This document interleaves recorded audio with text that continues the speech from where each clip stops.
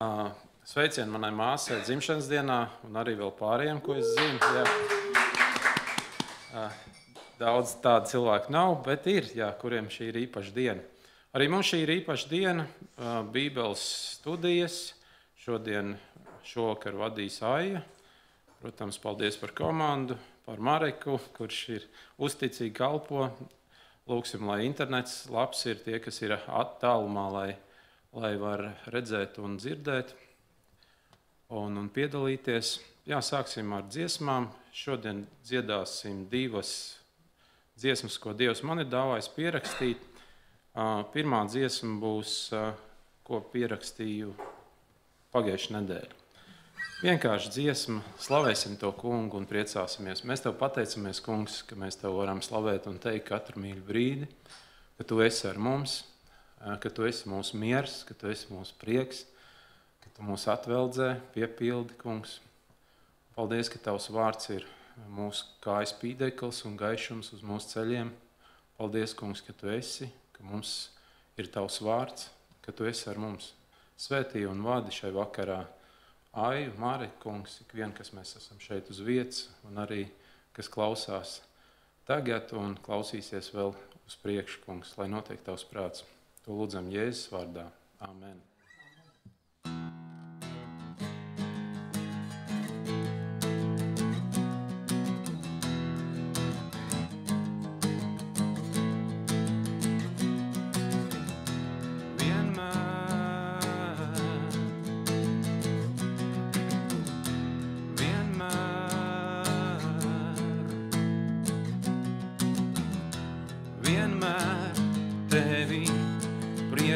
Slavēju, vienmēr tevi, Dievs, pielūdzu, vienmēr tev pateicību pienesu.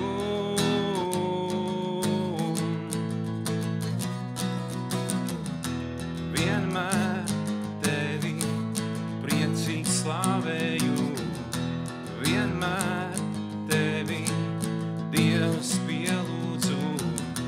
Vienmēr tev pateicību pienesu, tev pateicību pienesu.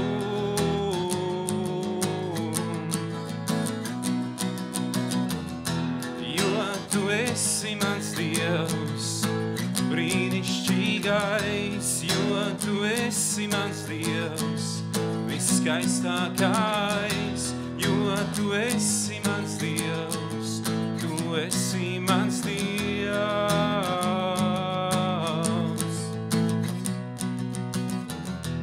Vienmēr tevi priecīgi slavēju, vienmēr tevi, Dievs, pielūdzu, vienmēr tev pateicību pienesu. Pateicību pienesu.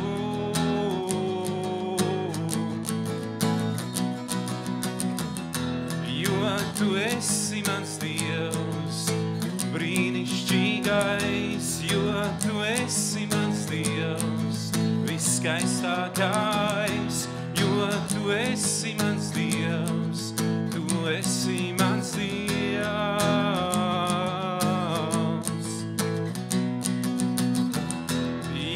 Tu esi mans Dievs, brīnišķīgais, jo tu esi mans Dievs, viskaistākais, jo tu esi mans Dievs, tu esi mans Dievs, tu esi mans Dievs,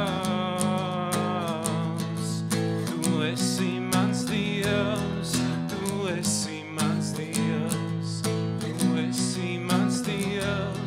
tu esi mans Dievs. Tev pateicos.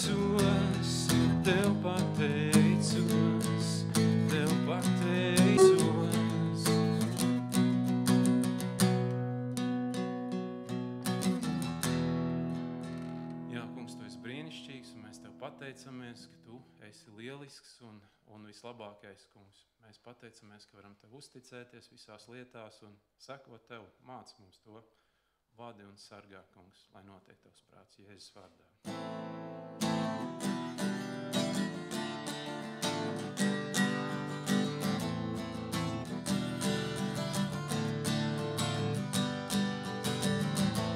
Tavi vārdi mani skar un pie Tevis tuvāk ved. Tavi vārdi mani skar un pie Tevis tuvāk ved. Jo Tavs vārds ir manu kāju spīdeklis un gaišums uz maniem ceļiem, jo Tavs vārds ir manu kāju spīdeklis un gaišums uz maniem ceļiem. Tavi vārdi mani skar un pie Tevis tuvāk ved. Tavi vārdi mani skar un pie Tevis tuvāk ved, jo Tavs vārds ir manu kāju spīdeklis un gaišums uz maniem ceļiem, jo Tavs vārds ir manu kāju spīdeklis un gaišums uz maniem ceļiem. Jo Tavs vārds ir manu kāju spīdeklis un gaišums uz maniem ceļiem. Jo Tavs vārds ir manu kāju spīdeklis un gaišums uz maniem ceļiem. Tavi vārdi, gaišums uz maniem ceļiem. Tavi vārdi, mans kāju spīdeklis, Tavi vārdi, gaišums uz maniem ceļiem. Tavi vārdi, mans kāju spīdeklis, mans kāju spīdeklis.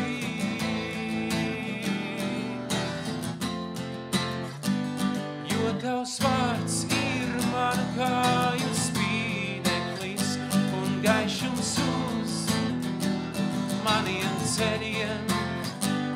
Jo Tavs vārds ir manu kāju spīdeklis un gaišums uz maniem ceļiem.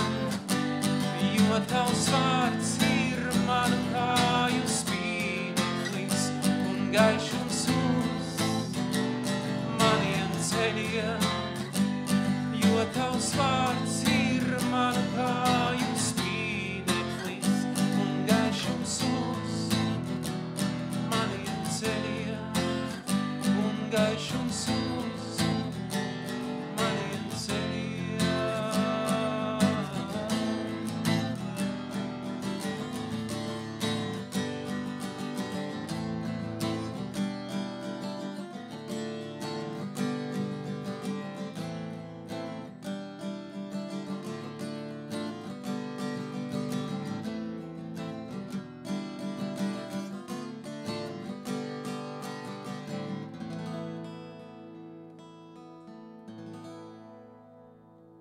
Amen.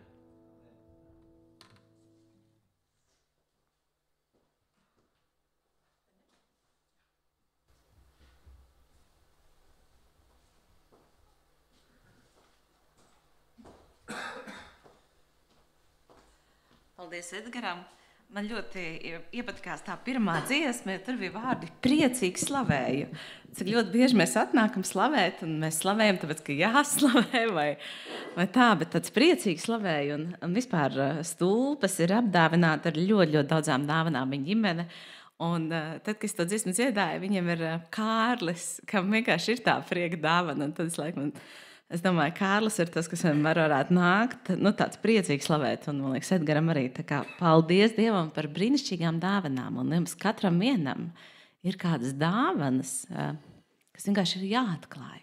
Kā Svētais Gars grib jūs lietot. Man jāsaka, man nav tāda dziļa mācīšanas dāvana, bet es izvēlējos tēmu, kas vienkārši ir mana tēma. Man ļoti patīk runāt par cerību. Mums arī bija rekolekcijas par cerību. Mans jautājums klātesošiem, jo es nekā nevaru dabūt pagaidām atgriezenisko saiti no tiem, kas ir internetā. Vai jums izdevās palasīt mājās jau šīs rakstvietas? Jā, kāds var arī uzrakstīt, jā. Izlasījāt? Vai kādam jau kaut kas tā uzreiz iekrīt acī? Kaut kas pieskārās, kaut kas likās interesants? Nav nekas tāds, ka uzreiz gribās teikt kaut ko. Nav, labi. Tātad šīs rakstvietas bija par tēmu cerība. Un mēs arī taisījām rekolekcijas par tēmu cerība, kas ir atbrīvošanas kalpošanas mājaslapā www.dak.lv. Bet es palūkšu, lai kādu no šīm lekcijām Mareks ieliek arī šeit, lasīsim Bībeli čatā. Tad jūs varēsiet vēlāk noskatīties, ja jūs gribat dziļāk iet šajā tēmā. Bet nākamais slaids es apskatījos mazliet arī oriģināla valodās, kā vecā derībā tiek lietots vārds cerība un kā jaunajā derībā. Un šajās rakstu vietās no vecās derības tur tie dīvainie ķepuriņi ir jahel. Šis vārds visbiežāk tiek lietots, kas nozīmē cerēt, bet arī ar nozīmi gaidīt, sagaidīt. Un vēl šim vārdam jahel ir ļoti interesanta nozīme uzkavēties. Tad, kad mēs ceram, mēs kaut kur uzkavējamies. Mēs esam kaut kur procesā. Palikt, būt mierā un gaidīt. Tā arī ir tā vārda nozīme. Savukārt jaunajā derībā elpis, kas nozīmē vārdu cerība, tās ir tādas gaidas, kas gaida gan uz labu, gan uz sliktu. Tur tas elpis pats par sevi nav tāds pozitīvs vārds, jo tur var gaidīt arī, bet viņš nozīmē gaidīt, ekspektācijas, arī ar to pozitīvo nozīmi cerība. Un principā tas izsaka šo cerības būtību. Gaidīt, sagaidīt, būt mierā, vienkārši būt. Un mēs skatāmies uz priekšu. Un viens no šiem atslēgu vārdiem, ja mēs lasām visu šīs rakstu vietas, tad no jaunās derības nākamais slaids Pāvila vēstule korintiešiem raksta vieta, ko mēs visi ļoti labi zinām. Tā nu paliek ticība, cerība, mīlestība, bet lielākā no tām ir mīlestība. Cerība ir tāds lielums, kas ir līdzīgi kā ticība un mīlestība, kas ir viena no cilvēka pamata vajadzībām. Par mīlestību mums daudz maz visiem ir skaidrs, ka mēs bez mīlestības nevaram iztikt. Tad, ja mums nav mīlestības, mēs neveidojamies kā personība. Un mēs esam radīti pēc Dieva tēla un līdzības. Un tā kā Dievs ir mīlestība un pats nevar iztikt bez mīlestības, līdzīgi mēs nevaram iztikt bez mīlestības. Un mūsos jau no dzimšanas līdz pat nāves brīdim būs vajadzība pēc mīlestības, pēc pieņemšanas, pēc tuviem cilvēkiem, pēc uzmanības. Un tas pat pasaulē ir skaidrs. Pat ateisma teoloģijā, kur bija pamatvajadzību piramīdas, viss kaut kas tur bija arī vārds mīlestība. Ticība arī ir viena no cilvēka pamatvajadzībām. Tieši tāpatās, kā mēs esam radīti pēc Dieva tēla un līdzības, mūsos visos ir šī vajadzība kaut kam ticēt.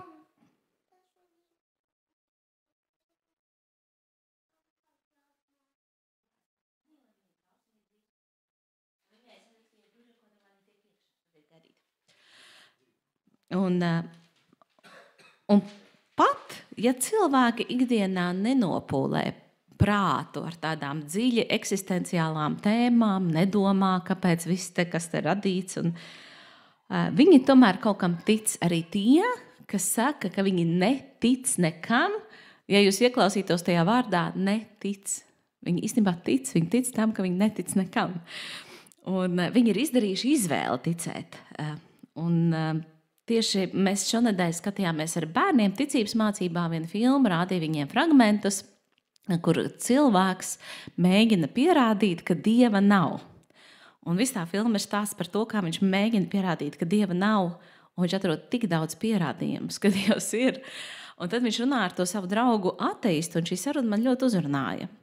Un viņš saka, tas pieredzējušais ateists, kurš ir izdarījis savu izvēli neticēt, viņš saka tam draugam, tu nevarēsi atrast visā pierādījumus. Mēs nevaram cilvēku, viņš pats ateists, viņš saka, cilvēka prāts ir ierobežots, mēs nevaram izpētīt visus universa noslēpumus, un mēs nevaram pierādīt, ka Dievs ir vai nav, jo tāpēc, ka mūsu prāts ir ierobežots.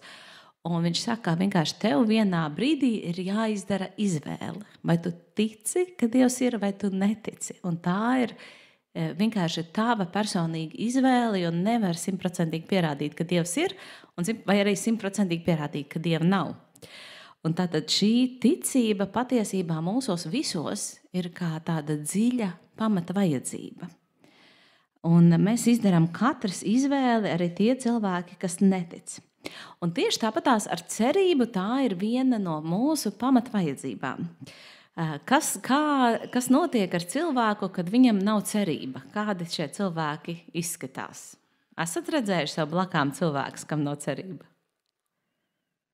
Ja? Nomāktība, kas vēl tāds pat apģērbs parasti paliek nekārtīgs, vai ne? Nolaižās ļoti, negrib mazgāties, negrib list ārā no gultas. Tāds izmisums cilvēkos var redzēt, ir apātija, bez vēlmes kaut ko darīt un bez mērķa dzīvē. Un tas ar mums notiek tad, kad mums pazūd cerība, jo cerība līdz ar ticību un mīlestību ir viena no mūsu pamata vajadzībām, garīgai veselībai. Un tas, ko es vēlos pateikt, pat neticīgi cilvēki cer. Arī tie, kas nav baznīcā, tie, kas ir dzīvespriecīgi, viņi uz kaut ko cer. Tikai jautājums ir, uz ko viņi cer. Uz kas ir tas, uz ko mēs liekam savu cerību. Bet tu vari lūdzu uzlikt nākamo bildīti. Un Bībele mums māca savu cerību likt uz Dievu. Bet kāpēc mēs nevaram likt savu cerību uz kaut ko citu? Nu, piemēram, uz naudu. Kā jūs domājat? Kas notiek, ja mēs liekam savu cerību uz naudu? Naudas nav, viņi beidzās, vai ne? Viens, ka viņi nav, bet pat tiem, kam viņi ir, viņi vienā brīdī beidzās. Un nauda, un tad, ja sākam mēs likt savu cerību uz naudu, un tad jauniešiem tas vairāk ir, ka man izdosies sakrāt, nopelnīt, nopirkt, tad nauda vienā brīdī kļūst par elku. Ka es daru visu, lai man tā nauda nebeigtos, un es sāku kalpot šim elkam. Un tā mana cerība, lai mana tā cerība nebeigtos. Un tā cilvēki pieviļās. Vēl viena lieta, kur mēs ļoti mīlam likt savu cerību, ir cits cilvēks. Mums gribās likt visu savu cerību uz citu cilvēku, tāpēc, ka likt savu cerību uz Dievu nemaz nav tik viegli, jo Dievu mēs neredzam. Mēs ar viņu tik brīvi nevaram sarunāties. Vieglāk ir pacelt telefonu klausuli un pazvanīt draudzenei un paprasīt, kā tu šodien jūties, nekā paprasīt Dievam, jo tā komunikācija nenāk tik viegli. Un tāpēc bieži gluži nemanot, mēs sākam likt cerības uz cilvēkiem. Arī baznīcā draudzēm mēs sākam likt cerības uz mācītāju.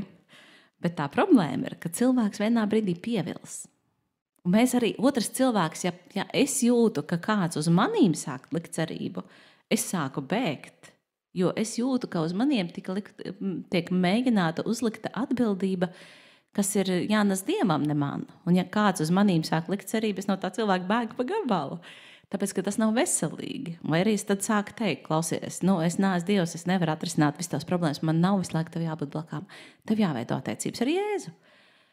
Un ir viegli likt savu cerību uz cilvēkiem, bet mēs visi zinām, savā dzīves pieredzē, ka cilvēki pieviļ. Mēs neesam radīti, lai iznestu to atbildību, ko var tikai Dievs iznest. Cilvēki mūs mīl un ļoti cenšas mīlēt, bet kādā brīdī viņi mūs pievils. Un vienīgais, kurš ir mūžīgs, nemainīgs, patiess, kurš nekad nepieviļ, tas ir Dievs. Un tāpēc man ļoti patika, vai tur izlikt nākamo slaidu, Dievs nākamo no psalmiem. Man vispār viena no mīļākajām Bībeles grāmatām ir psalmi. Man patīk lūgt tieši ar psalmiem. Un šis no 43. psalma, 5. pants. Ko tu tik nomākta, mana dvēsele, ko plosies manī? Gaidi uz Dievu. Vecajā tulkojumā tur rakstīts ir ceri uz Dievu, jo šis vārds viņu varat tulkot gan gaidīt, gan cerēt. Jo atkal slavēšu viņu savu glābiņu un savu Dievu. Tātad psalmists sarunājās ar sevi. Viņš sevi iedrošina. Gaidi uz Dievu, ceri uz Dievu. 31. psalms. Esiet stipri, lai jūsu sirdis ir drošas, jūs, kas gaidāt uz kungu, jūs, kas cerat uz kungu. Un atkal iedrošinājums.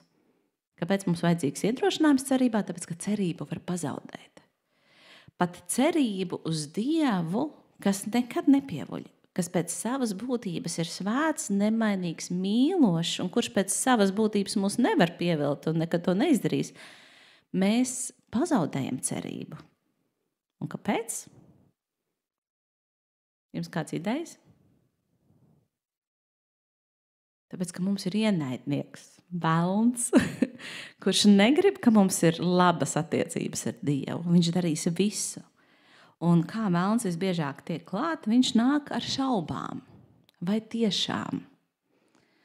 Viņš liek skatīties uz mūsu problēmām, uz mūsu grūtībām, uz mūsu slimībām, uz kaut kādu arī to, ka naudas nav. Un mums rodās šaubas, vai tiešām Dievs mani mīl, vai tiešām Dievs mani izglābs, vai tiešām es ar to tikšu galā, vai tiešām, es nezinu, kara draudi. Tagad, kad tik daudz tiek Ukrainā nogalināti, vai tiešām Latvijai tas paies garām. Un šādu vai tiešām no ienaidnieka nāk ļoti daudz. Un mums ir jāatpazīst, ka tās ir šaubu domas, ko ienaidnieks mēģina iesēt mūsu prātā un mēģināt viņus atvairīt. Un tādēļ ļoti spēcīgs ir tieši tas 71. psalms, bet es cerēšu mūžam un slavēšu tevi vairāk un vairāk. Tad, kad mēs sākam slavēt, tad mēs atgādinām sev, kas ir Dievs. Tad mēs viņu sākam pielūgt, mēs viņu sākam gaidīt, un mūsu cerība atjaunojās, jo Svētais Gars mūsu cerību atjauno. Un es domāju, jūs paši esat pieredzējuši, ka mājās uzliek slavēšanas mūziku, garstāvoklis nomainās. Tāpēc, ka cerība atjaunojās. Un tāpēc man tik ļoti patīk, kā Svētais Gars vadīja Edgars, ka viņš sāka tieši ar to priecīgo slavēšanas dziesmu, priecīgi slavēt. Un tad mūsu cerība tiek atjaunota. Tāpēc ir tik svarīgi iet katru svētdienas draudzi. Tur arī ir slavēšanas dziesmas. Mēs no svētdienas uz svētdienu mūsu cerība tiek atjaunota tā, ka viņi nepazūd.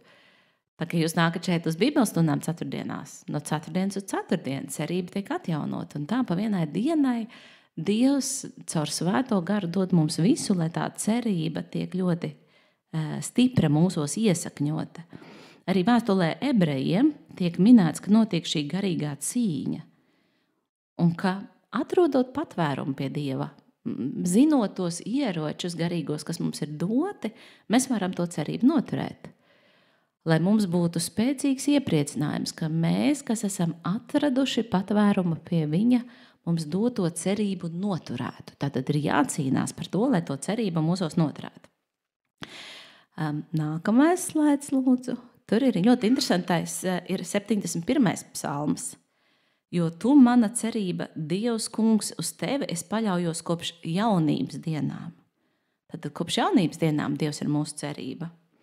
Cik daudziem no mums, mūsu vecāki, vecvecāki jau bērnībā mēģināja ielikt to, ka vienīgā cerība, uz ko var cerēt, ir Dievs. Jautājums, vai mēs to turpinam? Vai mēs to stāstam saviem bērniem, saviem mazbezbērniem? Vai mēs ejam kalpot draudzē svētdienas skolā? Vai mēs domājam, ka tur vajag tikai gudrību? Tā gluži nav. Bērniem vienkārši vajag ļoti daudz cilvēku, kas viņus mīl un viņos ieklausās. Nav jābūt skolotājam, lai iet kalpot draudzē svētdienas skolā. Cik daudz mēs lūdzam par jauniešiem, lai viņi spēj to savu cerību nosargāt. Psalmists ļoti skaidri saka, kopš jaunības dienām es uz tevi paļaujos. Un mums ir jācīnās ne tikai reizēm par sevi, bet par visu paudzi nākamo, kas nāk, lai viņi to cerību spēj noturēt. Tas nav tik vienkārši. Interesants ir Jeremijas grāmatā rakstītais: svētīts vīrs, kas uzticas kungam, kungs būs viņa uzticība. vecajā tulkojumā, bet svētīgs ir, kas paļaujas uz to kungu un kura cerība ir tas kungs. Šeit ir cita nianse, vīrs, kas uzticas kungam. Cik vīri mums ir baznīcās, un man prieks, ka šovakar gandrīz vīri ir tā kā vairāk, nē, vienādā skaitā mēs tā esam klātienē. Pagājušais bija vīri vairāk, redz, cik mums ir vīri gudri, vai ne? Dievs īpaši izceļ, ka svētīgs tas vīrs, kas paļaujās uz kungu. Un vīriešiem, man liekas, vispār ir tāds kārdinājums, ka vīrieši ir tā radīti, ka gribās ar visu tikt galā pašam. Vīrietis ir tā radīts.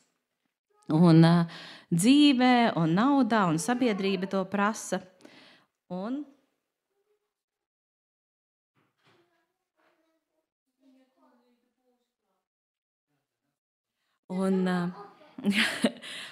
to mēs, piemēram, redzam arī. Es tā domāju, vīrietis līdz pēdējam cīnīsies, lai tiktu galā viens. Un tur atkal pazūd cerība, jo nav cits nekas, uz ko paļauties. Un to mēs, piemēram, varam redzēt. Tāds piemērs bija par alkoholu, ka vīrietis var ļoti ilgi dzert un domāt, ka viņš visu kontrolē. Un kāds norāda viņam, viņš saka, nē, es jau visu kontrolēju, es tiek galā. Kaut gan pats iekšā jūt, tāpēc, ka pašam tik ļoti gribās tikt ar visu galā. Un netiek. Vai kad vīrietis izjūt spiedienu, ka tomēr jāpelna nav ģimenei, jānodrošina, jāceļ mājā, jāizglīto bērni. Daudz visādi spiedieni vīriešiem ir. Un ir tās kārdinājums arī no sievām. Sievas prasa, tad tu esi vīrietis vai ne? Un ir kārdinājums vīrietim tikt pašam ar visu galā. Bet Dievs to tā nav iecerējis. Dievs ir iecerējis, ka viņš palīdz vīrietim tik galā, ka viņš vada, ka viņš dod atslēgu, gudrību un visu nepieciešamo. Un reizēm Dievs pieļauj situācijas, kad vīrietis saprot, es bez Dieva neko nevarēšu. Tāpēc, ka Dievs mēģina nostiprināt cerību. Un tāpēc interesanti tajā Jeremijas grāmatā, ja jūs izlasīt 17. nodaļu, tur pilnīgi ir tā kā pirmais psalms, kur ir rakstīts svētīts vīrs, kura cerība ir Dievs, bet vīrietis, kurš necer uz Dievu, kurš ir atmetis Dievu, tur ir rakstīts, nolādēts ir, kas paļaujas uz cilvēkiem un tur miesu par savu atbalstu. Tā kā savu miesu, savu varēšanu par savu atbalstu un elkoni, un kuras sirds atkāpjas no tā kunga. Un tajā Jeremijas grāmatas 17. nodaļā tur ļoti skaidri redzēt to pretstatu, kāds ir svētīts vīrietis, kāda ir viņa dzīves augļa un kāds ir šis nolādētais, kurš domā, ka viņš pats ar visu tiks galā. Tātad es ļoti priecājos par katru vīru, kas ir šovakar. Un tas, ko šeit Jeremijas grāmatā un arī citās raksturvietās var pamanīt, ka cerība nav tāda, tā nav tāda vienkārši gaidīšana, es tagad sēžu un gaidu un neko nedaru. Tā nav pasivitāte. Cerība ir iekšēja, aktīva rīcība, ka es izlemju paļauties uz Dievu, gaidīt uz Dievu, atdot visu kontroli Dievam, un tas nav viegli. Un mazliet pārlikt uz jaunās darības lasījumiem, tas, ko ienes jaunā darība, var pārslēgt lēdu. Jaunā darība iedod cerībai ļoti konkrētu vārdu un ļoti konkrētu perspektīvu. Jo jaunā darība cerība nosauc ļoti konkrētā vārdā Jēzus Kristus. Tur ir no Pāvila vēstules Titam un no 1. Pētera vēstules. Abās rakstvietās cerība tiek saistīta ar Jēzu Kristu. Un jaunā darība šo mūsu cerību konkretizē, norādot, ka cerības pamats, kāpēc mēs vispār kaut ko varam cerēt, ir Jēzus nāve pie krusta, jo viss, ko mēs esam pelnījuši, ja mēs kaut ko domājam, ka mēs šajā dzīvē esam pelnījuši, dažreiz mums liekas, ka mēs esam pelnījuši mīlestību un visādas lietas un laimīgu un labu dzīvi, bet Bībele saka, tā nav. Un nav, Bībele saka, grēka alga ir nāve, mēs esam pelnījuši nāvi. Bet tā cerība ir caur Jēzus Kristus nāvi pie krusta par mums un caur viņa augšām celšanos. Un ka tikai pateicoties Jēzus augšām celšanās notikumam, mēs ar prieka pilnām sirdīm vispār kaut ko šeit varam gaidīt.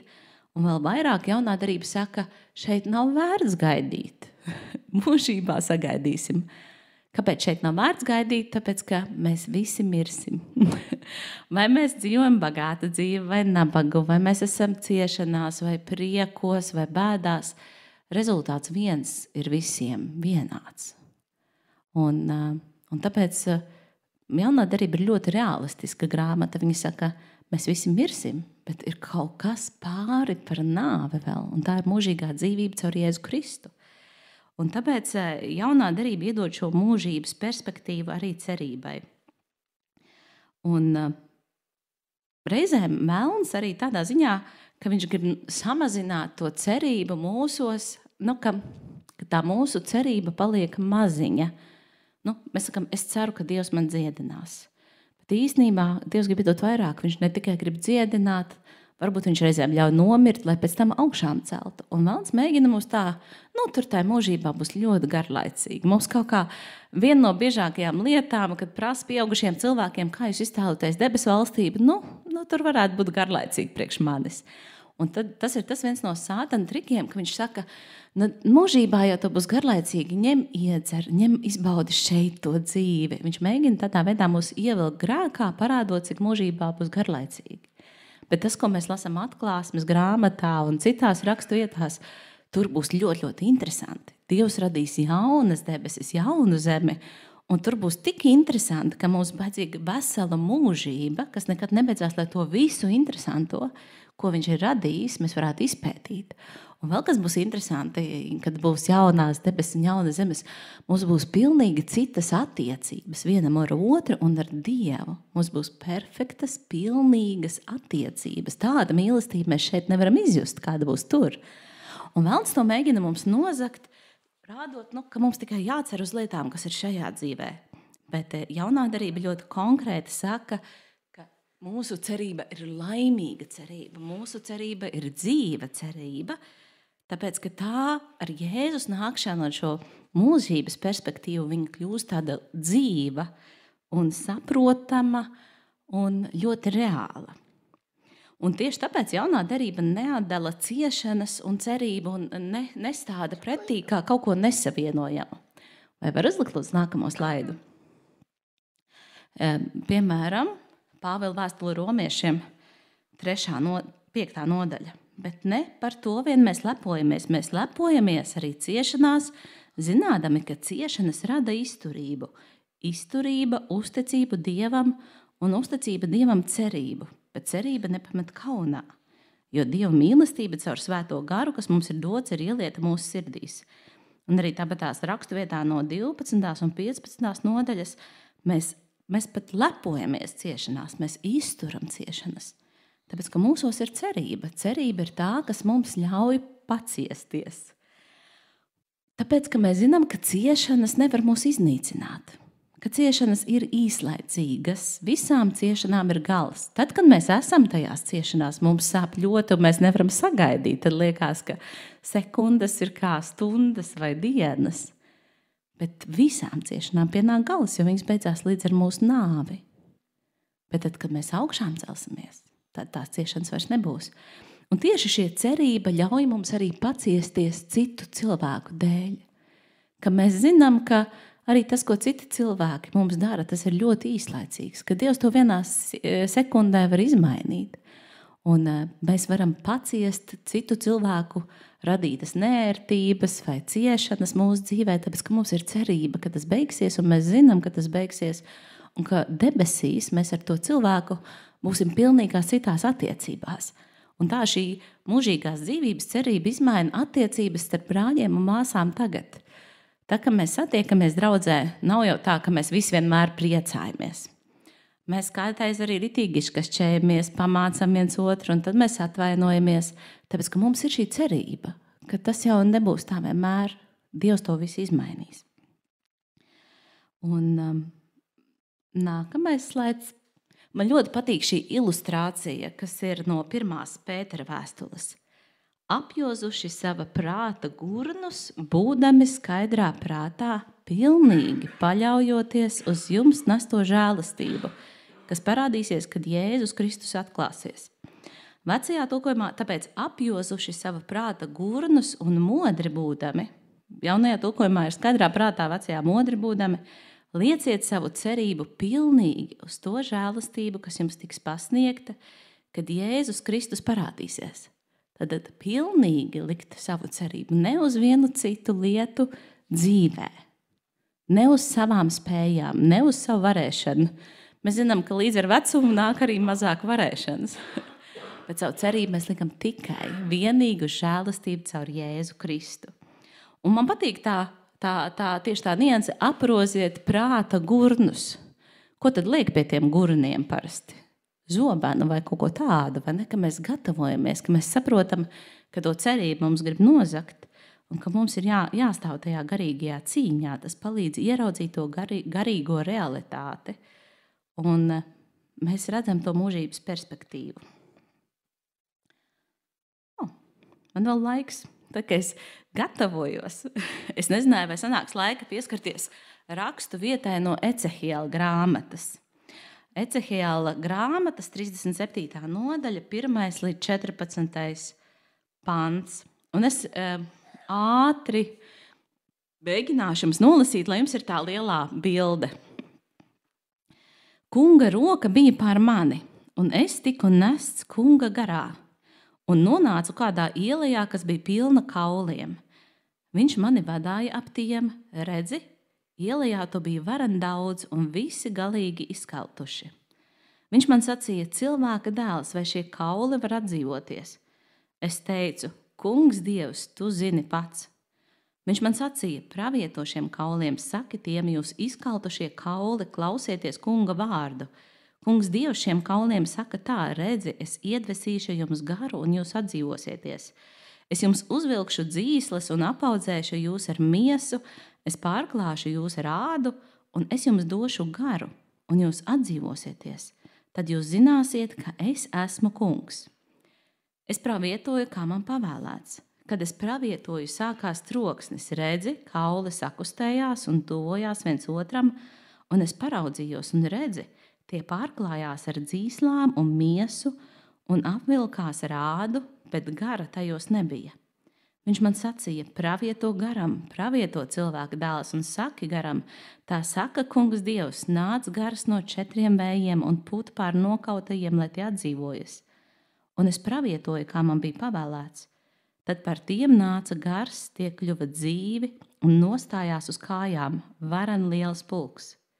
Viņš man sacīja, cilvēka dēls, šie kauli ir visi Izraēla nams, kas saka, mūsu kauli ir izkaltuši, mūsu cerība zudusi un mēs esam pagalām.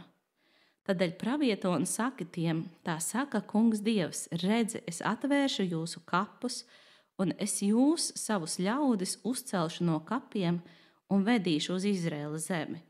Tad jūs zināsiet, ka es esmu kungs. Es atvēršu jūsu kapus un uzcelšu jūs, mani ļaudis, no kapiem. Es jums došu savu garu, un jūs atdzīvosieties, un es jums došu atalpu jūsu zemē. Tad jūs zināsiet, ka es esmu kungs. Es to esmu teicis, un es to darīšu, saka kungs. Tu vari man nolikt krēslu? Krēslu? Aha. Tātad... Es nezinu, viņš nāks. Nāc jau nedam pie manis. Labi.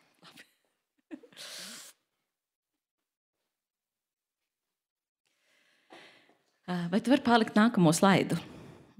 Kas tad ir Ecehiels? Jūs tur varat redzēt, ir uzzīmēti Izraēla ķēniņi. Un tad 3 tādi pravieši iezīmēti – Jeremija, Ecehiels un Daniels.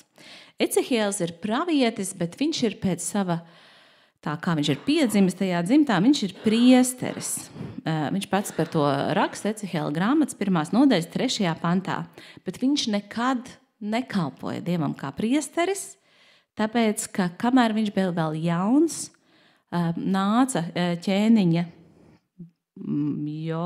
Jojahīna laikā, nāca Bābeles ķēniņš, karavīri aplēca Jeruzālemi, un viņš aizveda daļu no tautas, man liekas, visu palikušo tautu gūstā uz Bābeli. Un tas notika 597. gadā, šī izvešana pirms Kristus.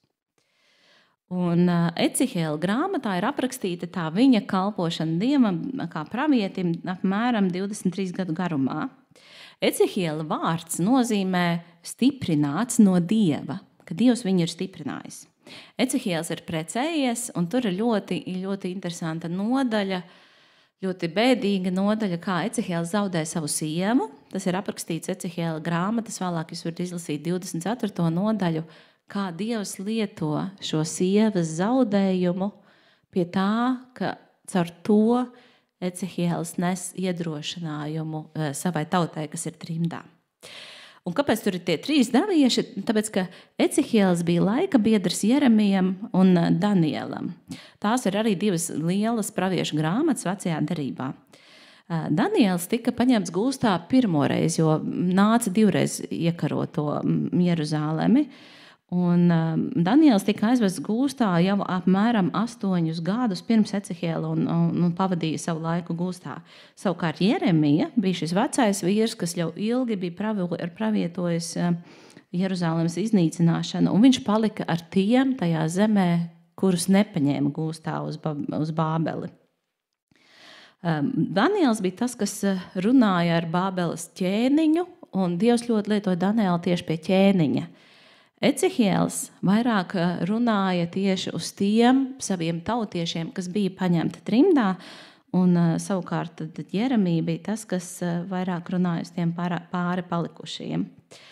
Un viņi tika aizvesti pie upēm. Uzliks nākamo, Marek. Tur var redzēt šo aizvešanu gūstā, un viņi pie Ķebaras upes, tur tāds izrakts kanāls, tur viņi apmetās. Ecehēlam viņš bija ļoti tāds svētā gara iedvests vīrs, un, ja jūs lasat Ecehēla grāmatu, ir vērts viņu visu izlasīt, tad viņa tā grāmata ir tik interesanta, pilna ar tādām spēcīgām vīzijām, kur mēs saprotam, daļa no šīm vīzijām ir piepildījušās, bet daļa vispār attiecās uz laiku beigām. Un Ecehēls iedrošināja tos cilvēkus, jo viņi pazaudēja visu un tika aizvest gūstā, un tad šī Ecehēla vēsts viņus tuvināja atkal Dievam. Un Ecehēls uzreiz nesaņēma to savus pravietojumus, viņš vēl nebija tajā vecumā, kad sāk kalpot templī, bet apmēram tad, kad viņam bija 30 gadi, tas ir 5 gadus viņš jau bija pavadījis trimdā, kad nāk šis pirmais, ko viņš pieraksta, kā par viņu nāk Dieva gars. Bet atgriežoties pie tā teksta, uzliec nākamo slaidu. Šajā vīzijā Ecehēls tiek aiznests kādā ielajā, kas ir pilna ar izkaltušiem pantiem. Un vēlāk Dievs pats izskaidro šo līdzību, sacīdams 11. pantā, ka šie izkaltušie kauli ir visi Izraēla nams. Un kāda bībeles pētnieka komentātori saka, ka iespējams, tad, kad viņš pats tika vests trimdā, vai tad, kad viņš redzēja to Jeruzalemes izpostīšanu, viņš noteikti redzēja tos līķus guļam zemē, kā jau pēc kaujas. Un viņš kā pravietis Izraēlas vienkārši neatstāja mirušs cilvēks tāpat. Viņiem bija šī apbedīšanas ceremonija, un viņiem tas noteikti bija ļoti šokējoši, ka cilvēki nav apglabāti, viņi vienkārši tur guļ. Un tas, ka tie kauli ir izkaltuši, tas liecina, ka viņi jau tur guļ ilgi, ka tur nav nekādas dzīvības pazīmes. Un viņi ir ilgi bijuši miruši. Un ja tur kaut kas kādreiz ir bijis dzīvs, tad tur pilnīgi skaidrs, ka tur nekas nav. Un arī, ka jautājums ir interesants no Dieva. Ko Dievs saka? Viņš saka, cilvēka dēls vai šie kauli var atdzīvoties. Un tas ir tas atdzīvoties, dzīvot, atmosties. Šis ir tas vārds hajā, kas šajā līdzībā visu laiku parādās. Atdzīvoties, atmosties. Un mēs to arī sakam, tā kā mēs runājam reizēm baznīcā par atmodu. Mēs runājam tieši par šo. Un tā atšķirība ir, ka kaut kas, kas ir bijis dzīvs un tagad ir miris, ka Dieva gars nāk ienest tajā dzīvību. Viņš patiešām kļūst dzīvs. Un tas ir šis vārds, kas visu laiku lietot šajā līdzībā. Man ir laikam visvairāk pirmoreiz lasot šo vietu pārsteidza Ecehēla atbilde. Un tas ir ļoti daudz par cerību. Jo tad, kad Dievs saka cilvēka dēls vai šie kauli var atdzīvoties, man atbild, bet noteikti būtu nē. Bet viņš saka, kungs Dievs, tu zini. Un tas rāda, ka Ecehielam bija cerība. Mēs bieži skatāmies pasaulē uz tiem mirušajiem kauliem, uz lietām, kas mums nav apkārt, uz kaut kādām sabojātām attiecībām, sagrautām lietām, un mēs sakam, tas jau nevar palikt dzīvs. Bet Ecehielam bija šī cerība. Viņš saka, kungs, Dievs, tu zini. Tātad viņam nebija cerība, viņš neskatījās uz tiem kauliem, viņš skatījās uz Dievu. Un tā ir ļoti spēcīga pamācība šajā rakstvietā. Un Ecehiels nemēģināja uzminēt. Mēs kā kristieši reizēm lūdzam savas lūgšanas ļoti manipulējoši. Kad mēs mēģinām vai uzminēt, vai mēs stāstam, ko Dievam jādara, ka viņam obligāti jādziedina. Bet Ecehiels tik ļoti bija tuvās attiecībās ar Dievu, ka viņš paļāvās, ka viss, ko Dievs darīs, būs kaut kas ļoti, ļoti labs. Šī atbilde ir fantastiska. Un viņš zināja, ka Dievs kaut ko ar to grib darīt. Ka Dievs nekad nerāda lietas tāpat vien. Dievs mums atklāja lietas, tāpēc, ka viņš ar to kaut ko grib darīt. Nākamais slaids. Un tad tālāk notiek šie kaulu atdzīvošanās. Un, ja iepriekšējā pantā Ecehiels atdod visu Dievam un saka, Dievs, tu zini, tad Dievs tagad viņam dod uzdevumu. Viņš saka, pravieto šiem kauliem, runā manus vārdus šiem sausajiem kauliem. Tātad tagad Dievs aktīvi sāk iesaistīt Ecehielu. Un ļoti interesanti, Bībeles komentātori šo rakstu vietu, šo 4. pantu saista ar to, kur Pāvils vēstulē korintiešiem 1. nodaļa 18. pants saka tā, jo vēsts par krustu ir ģeķība tiem, kas pazūd, bet mums, kas topam izglābti, tas ir Dieva spēks. Ka līdzīgi ar krustu šodien ļoti daudzi, skatoties uz krustu, tur redz tikai nāvi. Bet mēs tajos redzam dzīvību. Līdzīgi kā Ecehiels, viņš kaut ko ieraudzīja tajos kaulos, jo viņam bija ticība sākt pravietot. Un tad tas ir ļoti interesanti, ka tie kauli, viņi tur notiek pa stadijām, ka sākumā šie kauli ir izkaisīti un ļoti sausi, tad viņi nāk kopā un tiek pārvilkti ar miesu, un pēc tam tālāk uz priekšu jau ienāk viņos dzīvība. Bet interesanti, ka tad, kad viņš saka, pravieto redzi, es iedvesīšu jums garu un jūs atdzīvosieties. Un šis vārds gars ir ro, kas ir svētajā vecajā derībā ļoti bieži minēts, kas ir attiecās uz Dieva svēto garu. Un tas vairākas reizes. Un tas ir interesanti, ka tas notiek tādās pakāpēs. Un interesanti, ka Ecehiels arī dara, viņš nejautā Dievam, viņš nešaubās, viņš vienkārši dara to, ko Dievs viņam pavēlēs. Viņam nav nekādu šaubu. Un viņš vienkārši, Dievs saka pravieto, un viņš sāk pravietot. Un interesanti, ka Ecehiels ļoti smalki apraksta, ka sākumā tur, kad viņš sāka pravietot, 7. pantā, sākās troksnis, redza kauli sakustējās. Un tad, kad Dievs kaut ko pārdabisku dara mūsu dzīvēs, tas varbūt ir tikai, sekunde vai minūte, bet mēs tās lietas atceramies pēc detaļām. Un arī šeit Ecehiels viņus atcerās pa detaļām. Viņš atcerās, ka sākumā kaulis sakustējās, tuvojās viens otram, tad pārklājās ar dzīsām un miesu, apvilkās rādu. Tas bija tāds pakāpenisks process, kā Dievs dara lietas. Un interesanti, ka Dievs arī lietas saliek atpakaļ tādā pareizā, droši vien cilvēka skeletās, cilvēka ķermenī. Tur nebija kaut kas tāds vienkārši haotisks un izmētāts. Tajā visā bija kārtība. Un tāpēc arī, kad mūsu dzīvēs sāk darboties svētais gars, bieži vien ienaidnieks nāk un mēģina tur kaut ko izjaukt, mēģina, ka mēs nepamanam tās nianses, mēģina mums to nozagt, bet viņš arī mēģina radīt haosu. Un tad ir jāskatās uz tiem augļiem. Ja tur ir tā kārtība un tāds miers, tad tas bieži vien ir jau pirmā liecība, ka tas ir no Dieva. Vienīgais, ko rakstu komentātors saka, ir tāds kārdinājums tagad skatīties tā ļoti tieši un domāt, šitā notiks arī mūsu augšām celšanās. Nu, ka mēs tā pakāpeniski. Bet šie rakstu pētnieki saka, ka tas nenozīmē, šī raksturvieta neliecina par to, kā notiks mūsu augšām celšanās, jo mēs tiksim pārradīti, tas būs kaut kas savādāks. Bet šeit Dievs vienkārši šajā līdzībā to visu apraksta, lai kaut ko darītu. Un tad ļoti interesanti, kad 9. pants, kad tajos atdzīvinātajos nebija gara. Un tad vēl vienreiz Dievs saka, pravieto garam, pravieto cilvēka dēls, un saki garam, tā saka Dievs kungs, nāc gars no 4 mējiem. Un tas ir līdzīgi, kur radīšanas stāstā. 1.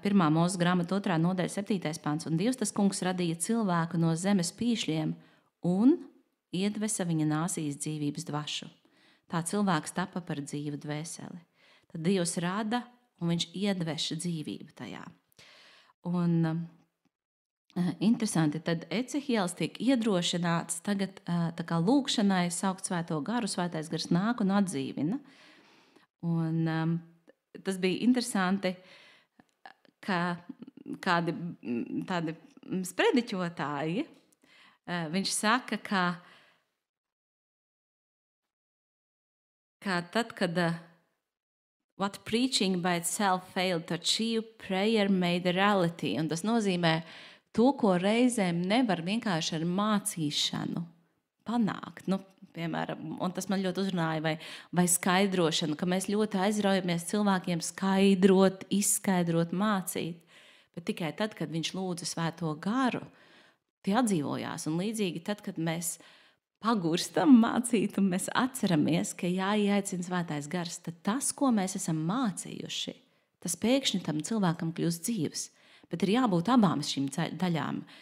Ir jābūt gan mācībai, gan arī lūkšanai. Un tam ir jābūt, tas iet viss viens kopā. Un tur ir teikts, tie kļuva dzīvi varen liels pulks. Un šie komentātori saka, tā valoda, kas tur lietot par lielu karaspēku. Ka viņi tādu ļoti varenu karaspēku, kur ienaidnieki noteikti baidītos. Un šīs līdzības beigas, pēdējais slaids. Jā. Dievs pats izskaidro līdzību Ecehielam. Viņš nevis vienkārši ļauj viņam visu to brīnumaino piedzīvot. Viņš iet vēl tālāk. Dievs izskaidro, un tas ir katru reizi, kad mēs lasam Bībeli, mēs nevaram vienkārši apstāties pie tā, kas tur ir. Mums ir jāprasa Dievs, kā tas darbojas manā dzīvē. Un Dievs izskaidro Ecehielam, viņš saka, ka šie kauli ir viss Izraēla nams. Un ka šie kauli ir kā viņa cilvēki, kas ir izkaistīti trimdā, viņi ir atšķelti viens no otra, viņi ir dažādās vietās, un Dievs saka, visi Izraēla nams, ne tikai tā Jūdas daļiņa, jo viņi jau tajā laikā kā nācija pat bija sašķēlušies, viņš saka, visi Izraēla nams atdzīvosies. Un interesanti, ka pat ka tie kauli ir tādi sausi un cerība ir zudusi, tā Dievs var to cerību atjaunot. Un bez šī Dieva gara tas nav iespējams. Un interesanti, ka, ja mēs skatāmies vēsturē, Izraēla tauta atgriezās no trimdas, un viņa tika atjaunota kā nācija, bet viņi tādi pilnīgi, man liekas, tādu savu zemi tajās teritorijās patiesībā atguva tikai pēc 2. pasaules kara, pēc tam, kad viņi tika gandrīz iznīcināti. Un tas bija tas brīnums, kas notika, ka viņi 48. gadā dabūja tiesības atpakaļ uz savu zemi, kur viņiem vispār bija pilnīgi pazudus cerība. Tie raksti runā daudz tālāk nekā pravietis dzīvoja. Viņš dzīvoja 600 gadus pirms Kristus, un tagad 1948. gadā piepildās kaut kāda daļa no tā, kas toreiz tika rakstīts. Bet interesanti, ka tā Izraēla tauta, viņa ir savā zemē, bet viņa vēl nav garīgi dzīvi, viņa vēl neatzīst Jēzu par kungu. Bet mēs zinām, ka laiku beigās arī Izraēla tauta atgriezīsies pie Kristus. Par to ļoti daudz runā jaunā darība. Tā kā daudz no tās vīzijas ir kaut kas, ko mēs varam mācīties no pravieša Ecehiela, to drosmi, to cerību, to skatīšanos uz Dievu Un tad mēs arī varam redzēt tos brīnumus, piedzīvojam. Un vienkārši ilgoties ar Dievu būt tuvāk, un tad tā cerība būs mūsos ļoti, ļoti noturīga. Ar to arī tas viss ir, ko es šodien vēlējos pateikt. Un es varbūt noslēgšu arī lūkšanu, lai nav tā, ka es tikai mācu, bet lai mēs ejam tālāk tajā. Jā, bet es noslēgšu lūkšanu, tad jautājumu. Jā, paldies, ka tu atgādināji. Paldies, mīļais Jēzu, paldies, Kungs, Dievs, mūsu radītāji, paldies, Svētais Gars, ka tu mūsos vēlies ielikt dzīvu, stipru cerību. Paldies, ka tu esi tas, kas šo cerību uztur dzīvu un dod, ka mēs ieraugam šo cerību tik pilnīgu, kā tu viņu mums grib dot, ka mēs ieraugam šo mūžības perspektīvu, ka nekas mums to nevar nozagt, nevar mazināt un nevar atņemt. Dod, ka mēs esam priecīgi cerībā, pacietīgi cerībā, ka mēs izturam ciešanas cerībā, ka mums var darīt pāri, bet mēs varam priecāties tevī, Kungs, ka tu mūs tā pārveido un tik brīvus tu mūs dari, ka nevis mēs sevi vairs sākam aizstāvēt, bet tu mūs nāc aizstāvēt, Svētais Gars. Mēs paskamies tev par tavu vārdu, kas mūsos atjauno šo cerību. Un mēs lūdzam šajā brīdī, ka mēs lūdzam, Svētais Gars, nāc bēž no 4 zemes pusēm un iedves mūsos patiesu dzīvību. Mēs pēc tevis ilgojamies, Svētais Gars, mēs ilgojamies pēc tavas dzīvības, mēs ilgojamies būt patiesi dzīvi jau šeit. Dod, ka mēs šo tavu vārdu par cerību ne tikai ar prātu uzņemam, bet ka tas ienāk mūsu miesā un tas mūs pārveido, Kungs, tava dēla līdzībā. Es lūdzu, Svētais Gars, lai tu nāc un darbojies tā, kā tu gribi darboties.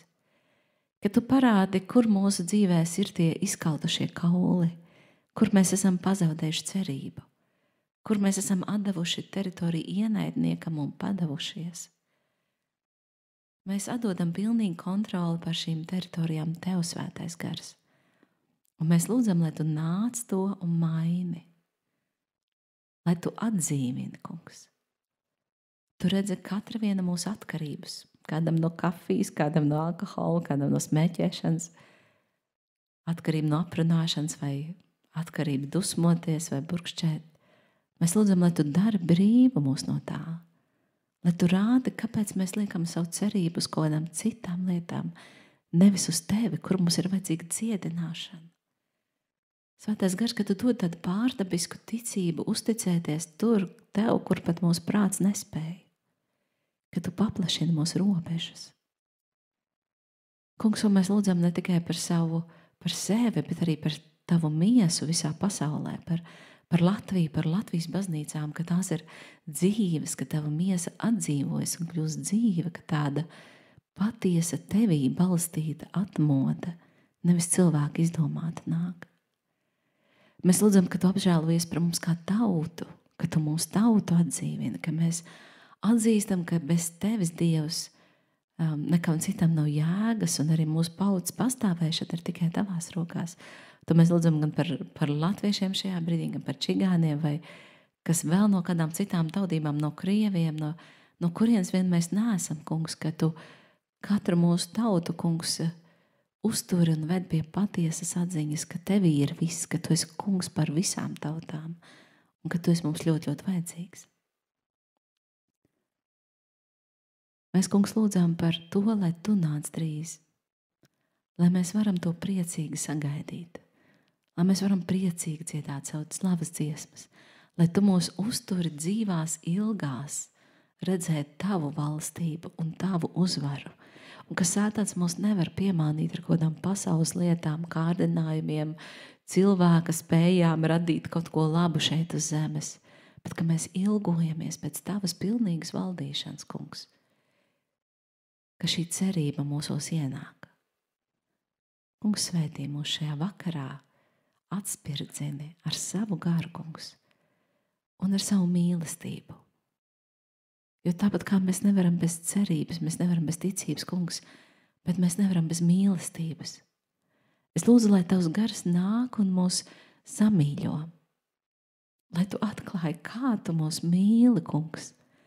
Cik ļoti tu mūs katru vienu mīli, lai mēs to izjūtam savā miesā. Mums ir tik ļoti vajadzīgs, lai tavs gars atnes to mīlestību, pēc kā mēs tik ļoti ilgojamies, kungs. Dod, ka mēs varam šobrīd to piedzīvot un būt dzīvi un priecāties šajā mīlestībā. Kungs, ka piedod, ka mēs paši sev nespējam mīlēt un dziedina arī to, ka mēs spējam sev skatīties tavām acīm un spējam paņemt pretī to mīlestību, ka mēs to neapturam, bet tai ļaujamies, kungs. Nāc un pie mums darbojies. To lūdzam Jēzus vārdā. Amen.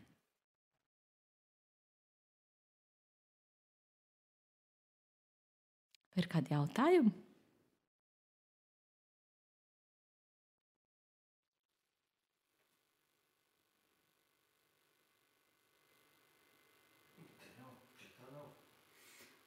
Nē, es tur nesaprotu par to Izraēlu tautu, bet tie izraēlieši ir ļoti ticīgi. Viņi ir visbagātākie cilvēki vispār pasaulē. Viņi ir Amerikā milzīgi bagāti un viss tāpēc, ka viņi to 10. tiescauri vien dod. Ļoti, bet viņi taču tic Dievam, viņiem taču ir. Jā, jautājums par izraēliešiem, ka viņi ir ticīgi, bet viņi nav līdz galam dzīvi. Viņi ir ticīgi un viņos ir šī cerība uz Dieva valdīšanu, bet viņi līdz galam nav pieņēmuši, ka Jēzus ir Dieva dēls, ka viņš ir gaidītais Mesija. Un tas ir daļa, kas ir pieņēmuši, bet pilnīgi kā visa tauta vēl nav. Jā, ar viņiem parunājās. Jā. Jāparunājās ar viņiem, tad to var zināt. Ir daudzi izraēlieši, kas ir pieņēmuši Jēzu, bet viss kā tāda nācija, tas ir rakstīts laiku beigās, ka viņi kļūs.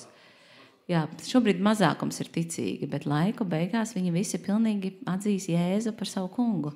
Un tas vispār ir jautājums par tautām, par reliģijām, bet tā ir tāda mana ļoti personīgā pārliecība, ka ja Dievs mūs tik ļoti mīl, jo tas jautājums ir, vai tiks izglābts cits reliģija cilvēki, kas ir tic islamam un kaut kādiem šamaņiem un tā. Ja Dievs mūs tik ļoti mīl un viņš tik ļoti ilgojās mūs radīt, ka viņam rūp katrs mats uz mūsu galvas. Tā ir mana personīgā pārliecība, ka katram cilvēkam, pilnīgi katram, jebkurā valstī, kur viņš ir piedzimis, ir atklājies personīgi Jēzus Kristus un ka katram ir izvēle izdarīt. Un to mēs ļoti daudz dzirdam no misionāriem visādus stāstus, kā cits sapnī redzējis Jēzu, cits caur Korānu atradis Jēzu, cits citur, bet katram vienam ir personīgi iespēja nonākt pie Jēzus. Un tāpēc, ka Dievs mūs mīl, viņš negrib, ka neviens iet pazušanā. Un tāpēc mums vienkārši par to jālūdz, un jālūdz, lai Dievs mūs iededzina, ka mēs to varam piedzīvot. Jālūdz par saviem tuviniekiem. Nevajag nekad padoties. Dievs brīnumus var darīt pat pēdējā brīdī. Jā. Bet man tāds jautājums ir, es arī citiem es prasīju, kādi jūs pieļaut to drasmīgo ebreju iznīcināšanu? Es taču biju ārprāts tās filmas, ko es redzu par tām koncentrācijas nometnēm un par visu to, tas taču vispār prātu neaptveram. Jā, bet Dievs jau arī brīdina, Dievs viņus arī tā Babilonija, viņi tika gandrīz iznīcināti, gandrīz pilnībā iznīcināti. Tur ļoti, ļoti mazs procents no tās tautas palika dzīves līdzīgi kā Otrais pasaules karš. Tas Babilonijas trindas laiks, tad, kad Ecihēls bija, viņi tika gandrīz iznīcināti. Tur ir vispār, viņi tika izvesta līdzīgi kā, es domāju, ka tas nacisms ļoti daudz ko un komunisms ļoti daudz iespaidojās no Bībeles, latvieši arī tika vesti trimdā, vai ne? Un līdzīgi Dievs jau arī tad brīdina Jeremija, un Dievs sūtīja ļoti, ļoti daudz praviešus tieši pirms tā brīža. Viņš saka, ja jūs neatgriezīsieties, jūs ļaunums ir sakrājies tik ļoti liels, ja jūs pie manis neatgriezīsieties, es esmu spiests to darīt, vienkārši lai visām citām tautām parādīt, kas joprojām esmu Dievs. Un es domāju, līdzīgi pirms Otrā pasaules kara, es ticu, ka Dievs arī uz ebrejiem runāja. Daudz tika brīdināt. Pirms armēņu genocīda. Armēņu tauta taču arī tika iznīcināta gandrīz no turkiem. Tur bija milzīga atmoda Armēnijā, un svētais gars atklāja, ka viņiem ir jābēg prom. Tie, kas paklausīja svētajam garam un aizbēga no tās teritorijas, viņi tika izglābās, bet viss tā teritorijas sievietes bērni, viss tika iznīcināti. Tā kā pirms tādām lielām traģēdijām patiesībā jau Svētais Gars brīdina un dod cilvēkiem iespēju atgriezties, dod cilvēkiem iespēju paglābties. Un arī atkal visu laiku ir jāpatur tas mūžības skats. Mēs neesam šajā dzīvē pasargāti no ciešanām. Mēs nezinām, kā mēs nomirsim. Mēs nezinām, vai mēs netiksim mocīti pirms nāves. Bet tas nav briesmīgākais, kas ar mums var notikt. Briesmīgākais ir mūžībā nebūt kopā ar Kristu. Un tas ir tas, kas Dievam interesē. Dievs pieļauj ciešanu šajā dzīvē ar mums. Saviem mērķiem. Un tāpēc, ka pasaulē ir ļaunums un cīņa un ienaidnieks un ir ļoti daudz iemeslu. Un tas ļaunums īstenībā manī ir tik ļoti dziļš. Es to ļoti redzu. To nevar tā vienkārši izravēt ārā. Kamēr mēs esam šajā miesā, mūsos pašos ir ļoti daudz ļaunums. Un tāpēc jau ir tā cerība uz augšām celšanos tur, kad šī miesa vairs nebūs, kur tas grēks ir pilnīgi gēnos ierakstīts. Tur ļaunums tiks pilnīgi iznīcinās, un es pati sevi nepazīšu, un es pati pa sevīm priecāšos, kāda es īstenībā esmu. Cik foršu Dievs man bija iecerējis, un kā tas ļaunums šeit to manī ir sabojājis. Kā, kad Kristus šo sātanu tūkstnesī uzvarēja, ka sātans Kristu kārdināja, kāpēc viņš to sātanu nenospieda tur pavisam zemē, ka viņš, ka sātans tik dūrsta mūs? Tāpēc, ka tad viņam būtu jāiznīcina mūs, jo to grēku no mūsu miesas nevar atdalīt. Nevar atdalīt. Tāpēc mums ir jānomirst. Ar augšām celšanos grēks tiek atdalīts, jo tad nāve arī pazaudē savu varu pār mums, līdzīgi kā Kristu. Nāvei nebija varas par Jēzu Kristu, tāpēc, ka viņā nebija grēka. Tad, kad mēs augšām celsimies, tad nāve tiks no mums atdalīta, un tāpēc mēs spēsim augšām celties. Tikai tad būs tā pilnīgā uzvara. Tagad mēs esam kaujas laukā līdz pēdējiem elpas vilcienam. Tur nav nekādu šaubu un ilūziju. Es vienmēr skaitu, ka sātans tā darās, un tā kā pilnīgi ciest nevar, pilnīgi vilina uz sliktām lietām, un es vienmēr skaitu to, Jēzus Kristus uzvarēja tūkstnesī. Un es arī uzvarēšu, un prom no manis. Jā, tas ir ļoti pareizi, ko jūs darat. Jā. Ir jādzen prom, bet tā kā viņš ir ļoti neklausīgs, viņš visu laiku mēģinās nākt atpakaļ. Tā jārēķinās. bet tas ir interesanti, ka Kristu Dievs arī dod spēku stāvēt pretī kārdinājumiem. Par to ir runā ļoti daudz Jākaba vēstule. Ka tad, kad mēs tuvojamies Dievam, vienkārši sātanam pazūd tās spējas mūs tik ļoti ietekmēt. Bet vienmēr, līdz mēs pastāvies pie Krista, arī vislielie mācītāji, sludinātāji kaut kādā brīdī krīt. Tāpēc, ka tieši tas pats grēks miesā. To neko nevar izdarīt. Cerība ir mūžīgā dzīvība un nekas mazāks.